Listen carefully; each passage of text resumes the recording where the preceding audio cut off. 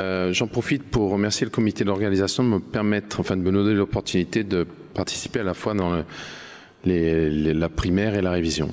Alors on s'est posé plusieurs questions, on va essayer de suivre ces questions tous ensemble. Est-ce que je garde toujours un composant correctement fixé ou est-ce que je le change? Alors concernant la cupule, je crois que c'était assez consensuel, je la garde, hormis si bien entendu elle est authentiquement infectée, mal positionnée, ou si elle est instable après que l'on a géré le problème fémoral.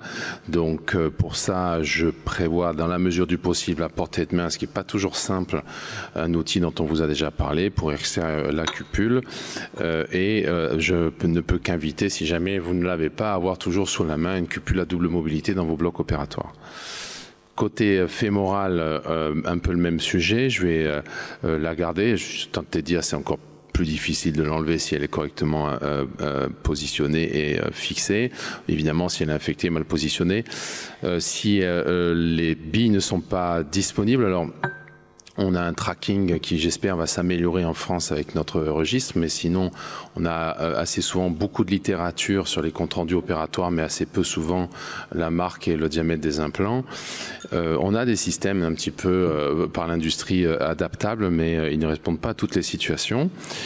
Et bien entendu, une fois de plus, si on a fait une reconstruction assez tabulaire et que, par exemple, on ne peut pas réduire, ce qui peut éventuellement arriver quand on utilise, en tout cas moi ça m'est déjà arrivé avec un implant sur mesure, eh bien on peut être amené à changer la tige. Donc mon conseil, c'est évidemment d'avoir toujours à portée de main une tige longue cimentée en quelques tailles, sans latéralité droite-gauche, à portée de main. On peut même s'en sortir sans ancillaire. Ciment ou sans ciment, c'est simple, j'avais envie de mettre 100%, mais j'ai mis 99% parce qu'on ne sait jamais. Dans les révisions assez tabulaires, avec l'augmentation métallique, en particulier en trabéculaire métal. Alors après, on utilise quand même du ciment pour cette intervention dans la reconstruction. La clé, si vous voulez, c'est que si la reconstruction nous permet de cimenter quelque chose dedans, en polyéthylène toujours, mais c'est pas ce dont on a envie. Et donc, on peut, si le diamètre est suffisamment grand, switcher sur une double mobilité ou dans certains cas sur un polyéthylène rétentif. Et c'est là où on a éventuellement un problème. Si le diamètre n'est pas suffisamment grand, il va falloir faire un choix entre pour la double mobilité ou pour le sans ciment. Pour la tige, je dirais 9 fois sur 10 sans ciment, je vous ferai écueil de cet algorithme que vous retrouverez dans la littérature. Dans le cadre d'un décèlement aseptique, avec un algorithme de Paposki une fois de plus, parce que cette classification elle est intéressante parce qu'elle est algorithmique par rapport à certaines autres classifications. À l'inverse, bien entendu, dans une situation de révision pour fracture, là c'est plutôt 90% de cimenté. Et puis on avait, il y a maintenant quelques années, plus de 10 ans, proposé un algorithme pour le choix de l'implant sans ciment dans ce type de situation. Je vous invite, pour ceux qui s'intéressent, à le lire. Alors ciment dans le ciment, nos collègues d'apprentissage anglo-saxons ou anglo-saxons ont une grande expérience, c'est très bien décrit. La réponse est oui, même si c'est assez rare dans ma pratique. Probablement parce qu'on révise peu d'implants cimentés, mais chez des patients âgés ou fragiles. Si le décèlement survient, ce qui n'est pas ultra fréquent, entre l'implant et le ciment, qu'il n'y a pas de sepsis, qu'il n'y a pas de perte osseuse, à ce moment-là, on peut recimenter un implant dans le ciment laissé en place, sous réserve que chirurgicalement, on ne cherche pas à en enlever une partie. Et sous réserve aussi, ce qui n'est pas toujours le cas, que l'on a à portée de main un implant suffisamment petit, c'est-à-dire en tout cas plus petit que celui qu'on a enlevé.